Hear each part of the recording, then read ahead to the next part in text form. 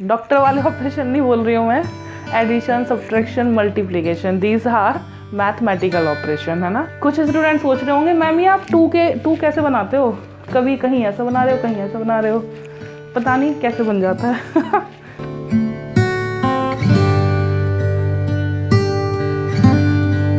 नमस्ते, राम राम, सत श्री अकाल, good evening, whatever you feel connected with. Topic चल रहा था हमारा algebraic expressions, addition, subtraction, multiplication हम कर चुके हैं। तो आज हम पढ़ते हैं डिवीज़न। तो चलते हैं कुछ डिवीज़न क्वेश्चंस की तरफ। So first question is 24x² y³ by 3xy. We have to divide this number by this number. This is dividend and this is divisor. So simply we will write in fractional form 24x² y³ upon 3xy. तो देखो जैसे हम बाकी operations में करते आए हैं, operation बाकी के ऑपरेशंस में किया है, वैसे ही नंबर को अलग डील करना है और वेरिएबल्स को अलग डील करना है। सो अगर हम इनको डिवाइड कर दें तो ये 24/3 ही हो गया ना, बस डिवाइड कर लो इसको। 3 1 जा 3, 3 8 जा 24, सिंपल। बचते हैं अब ये variables. So is equals to 8। नंबर तो आ चुका है आपका 8। यहाँ वेरिएबल है x² अपॉन x। अगर हम इनको अलग अलग ही लेकर चलें तो x², देखिए यहाँ है x² अपॉन x⁻1। यहाँ कोई पावर नहीं थी तो x⁻1 होगी। बेस सेम है और ये एक्सपोनेंट्स हैं डिवीजन में, तो पावर्स हो जाएंगी सब्ट्रैक्ट। सो x⁻2 - 1। तो ये x वाला जो वेरिएबल है ये खत्म। अब आते हैं y पर। y में न्यूमरेटर में है 3 और डिनोमिनेटर में है 1, तो 3 - 1 एज सिंपल एज दैट। तो कुछ स्टूडेंट्स ऐसे होंगे जिन्हें ये इस तरह से अच्छे नहीं लग रहे हैं, सोच रहे होंगे कि भाई अब ये क्या है, ये 8 के बाद क्या, क्यों नहीं कुछ लिखा है। तो ये ऑलरेडी यहाँ 8 के साथ ये ऑलरेडी मल्टीप्लिकेशन में ही है, यहाँ साइन लगाने की ज़रूरत नहीं होती है, लेकिन आपको अच्छा नहीं लग रहा है इसलिए मैंने लगा दिए हैं, ठीक है। चलते हैं 8xy²। होपफुली आपको समझ आ गया होगा। So now question number second. So first number is monomial and second number is also monomial. जैसे फर्स्ट क्वेश्चन किया है बिल्कुल सेम उसी तरह से होगा। मैंने डायरेक्ट ये डिवीजन फॉर्म में लिख लिया है। तो यहाँ देखेंगे फर्स्टली तो ये माइनस है ना, और इनको हम डिवाइड ही कर लेते हैं अलग अलग। माइनस से माइनस हो गया कैंसिल। डिवाइड में अगर माइनस दोनों तरफ है, न्यूमरेटर डिनोमिनेटर, तो आपस में कैंसिल आउट हो जाते हैं। साथ में 12 1 जा 12 एंड 12 6 जा 72।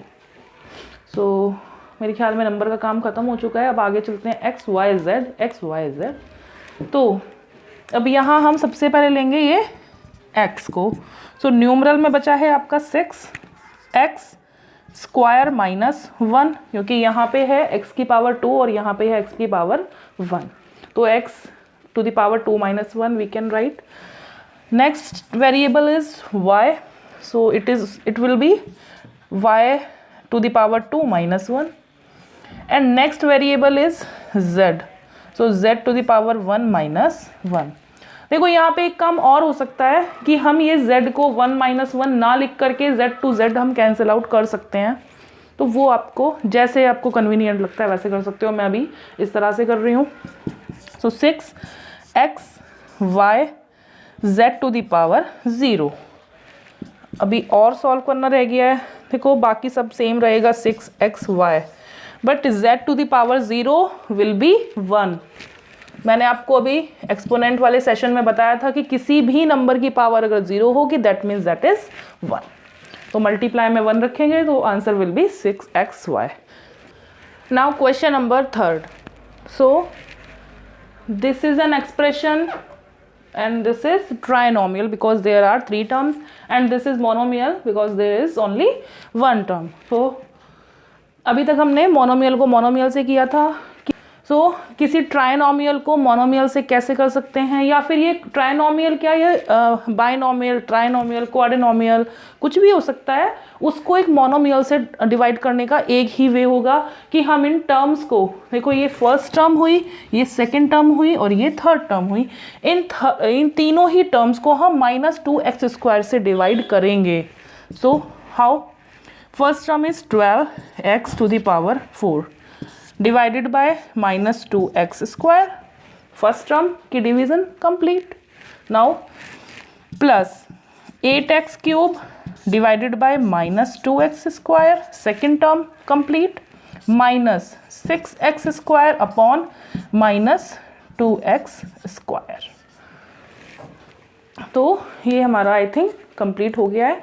बस अब देखो monomial upon monomial, monomial upon monomial, monomial upon monomial, just simple divide कर देंगे हम इनको. तो ये माइनस अभी एज इट इज़ रहा, माइनस सिंगल माइनस है यहाँ पे, तो माइनस लग जाएगा. 2 6 जा 12. ऑल राइट, मल्टीप्लाई x, ये माइनस है तो इट विल बी -6x⁴ -2, ऊपर 4 था नीचे 2 था. ये वाला आपका कंप्लीट हो चुका है. यहाँ प्लस है साइन, यहाँ माइनस है. देखो इस पूरी टर्म में सिर्फ एक माइनस है तो कैंसिल आउट नहीं होगा, प्लस माइनस मल्टीप्लाई में माइनस ही रह जाता है. तो माइनस 2 1 जा 2, 2 4 जा 8, सो -4x⁴ -2. अब देखेंगे इस कंप्लीट टर्म में 2 माइनस है तो minus minus it will be plus, plus 2 1 जा 2, 2 3 जा 6, सो 3x² से यहाँ मैं x² को कैंसिल आउट ही कर देती हूँ, है ना. दोनों पावर्स सेम है, दोनों बिल्कुल नंबर्स आपके सेम हैं. तो प्लस में यहाँ पे 3 बच गया. जस्ट इसको अब सॉल्व करके लिख देंगे. It will B -6x² -4x + 3, that's all. तो कितने भी टर्म्स हों, अगर हमें मोनोमियल से ही डिवाइड करना है, एक ये ही मेथड है, इससे इजीली आप कर सकते हो, कहीं कोई प्रॉब्लम नहीं आएगी. डायरेक्ट अगर कैंसिल आउट करते हैं तो समटाइम्स आप उसमें कुछ ना कुछ मिस्टेक कर देते हो. तो चलते हैं क्वेश्चन नंबर 4 की तरफ. यहाँ आप देखेंगे कि जो डिविडेंड है वो है ट्राइनोमियल और जो डिवाइज़र है दैट इज़ बाइनोमियल. तो इसको हम कर पाएंगे अभी फ़िलहाल लॉन्ग डिवीज़न मेथड से. एक और तरीका है, इसको फैक्टराइज करके हम डिवाइड कर सकते हैं, लेकिन अभी पहले फैक्टराइजेशन के क्वेश्चन कराऊंगी, तब वो सेकंड मेथड में कराऊंगी. अभी बाय लॉन्ग डिवीज़न मेथड कर लेते हैं. सो लॉन्ग डिवीज़न मेथड में ये वाला तरीका जो हम बचपन से पढ़ते आ रहे हैं, है ना, वेरी इजी मेथड. तो डिवाइज़र यहाँ होता है हमेशा, डिविडेंड यहाँ होता है हमेशा, है ना. थोड़ा थोड़ा याद आ रहा होगा कुछ बच्चों को, नहीं आ रहा है तो कोई बात नहीं, याद दिला देते हैं. तो देखो यहाँ जो ध्यान रखोगे, यहाँ है x - 2 और यहाँ है x² - 4x + 4. तो डिवाइज़र की फर्स्ट टर्म और डिविडेंड की फर्स्ट टर्म, इनको हमें मैच कराना होगा. कैसे भाई, डिवाइज़र की जो फर्स्ट टर्म है वो है x और जो डिविडेंड की फर्स्ट टर्म है वो है x². अब आपको ये देखना होगा कि x से x² कैसे बनेगा. हम x में किस नंबर की मल्टीप्लाई करें कि x² हो जाए. भाई x² कब बनेगा, अगर मैं x × x करूँ तो ही होगा ना. तो मल्टीप्लाई बाय x, तो मैं x से x की मल्टीप्लाई करूँगी तब x² बनेगा. देखो ये चीज़ जो है बहुत ही डीप में यहाँ मैं जा रही हूँ. तो x से x² बनाने के लिए हम मल्टीप्लाई करेंगे बाय x. तो इस x को हम यहाँ लिखेंगे, ठीक है. नाउ x इस कंप्लीट डिवाइज़र की मल्टीप्लाई करेंगे हम इस x में. तो x की मल्टीप्लाई x में करिए तो x², ऑब्वियसली x² ही आएगा क्योंकि हमें ये x² बनाना था. ये कंप्लीट हो गया है. बचता है अब -2. अब हमें -2 की मल्टीप्लाई भी x में करनी होगी नेक्स्ट टर्म बनाने के लिए. तो -2 × x it will B -2x. अब आपको ध्यान होगा जब आप लॉन्ग डिवीज़न मेथड करते हो नॉर्मल नंबर्स का, तो ऊपर वाले नंबर में से नीचे वाला नंबर जो भी आता है उसको आप सब्ट्रैक्ट करते हो. और सब्ट्रैक्शन का रूल क्या था हमारा एल्जेब्रिक में, वो था कि हम साइन को चेंज कर देते हैं। ये एक्स स्क्वायर है प्लस का, सो it will be minus x square. ये है minus 2x, so it will be plus 2x। Simple, अब माइनस करके सॉल्व कर देंगे। तो x square minus x square 0 हो जाएगा, कट कर दिया हमने।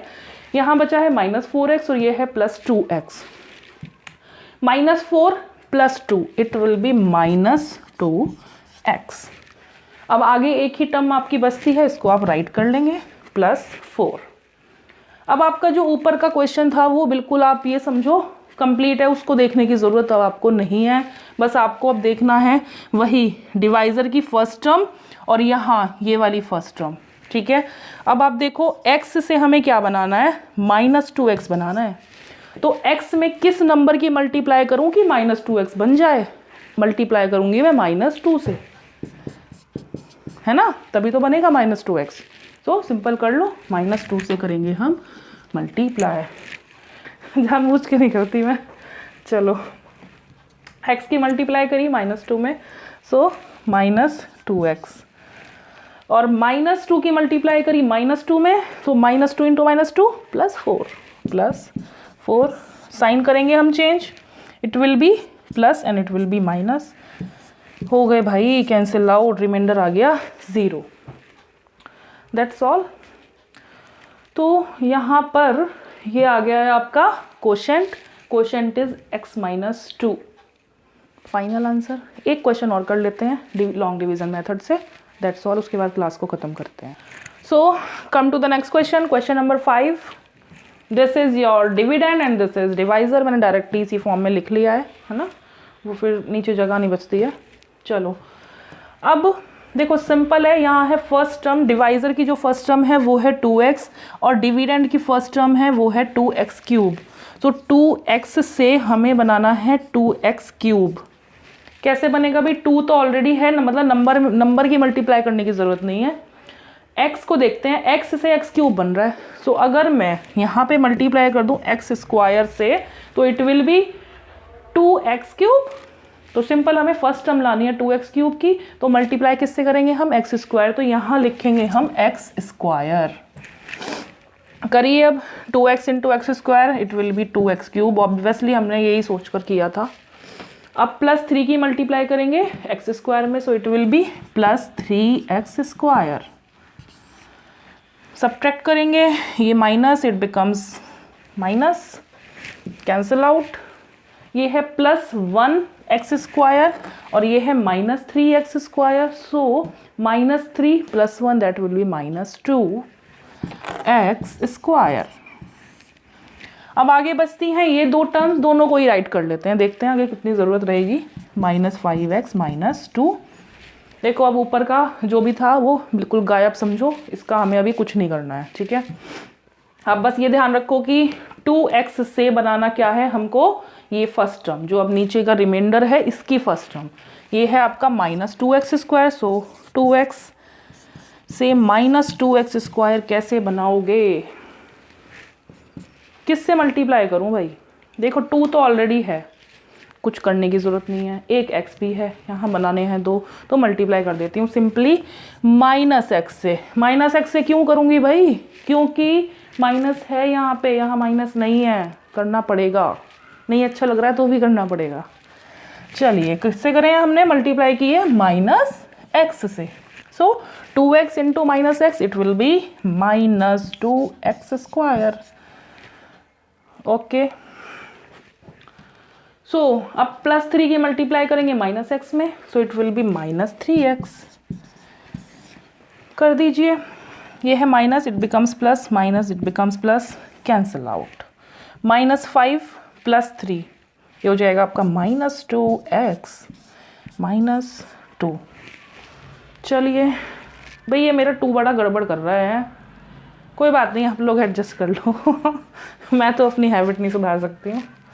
चलो अब 2x है यहाँ पर और यहाँ पर भी है, ये है माइनस 2x।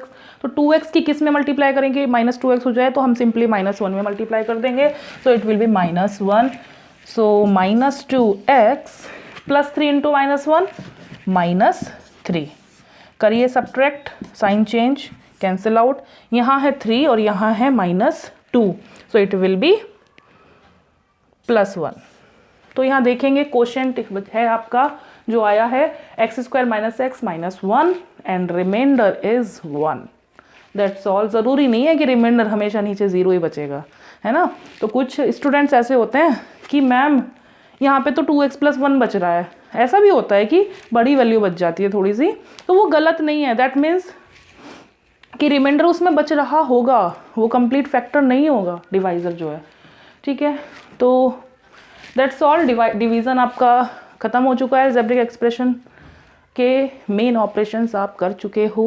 अब हम नेक्स्ट सेशन में मैं लेकर आऊँगी factorization and also some identities. तो देखते हैं कैसे अरेंज की जाएंगी। अगर कोई इम्प्रूवमेंट पॉइंट आपको लगता है कि मैम थोड़ा सा यहाँ इस पॉइंट पे आपको इम्प्रूव करना चाहिए, तो आप बता सकते हो, ठीक है, कमेंट सेक्शन बॉक्स में। और अगर कोई डिमांड हो किसी टॉपिक की, so you can to share कर सकते हो अपने उन दोस्तों को जिनको ज़रूरत है, या फिर कोई और जिनको आप जान पहचान है, आप जानते हो। चलिए, थैंक यू, मिलते हैं नेक्स्ट सेक्शन में। Bye bye, have a good day.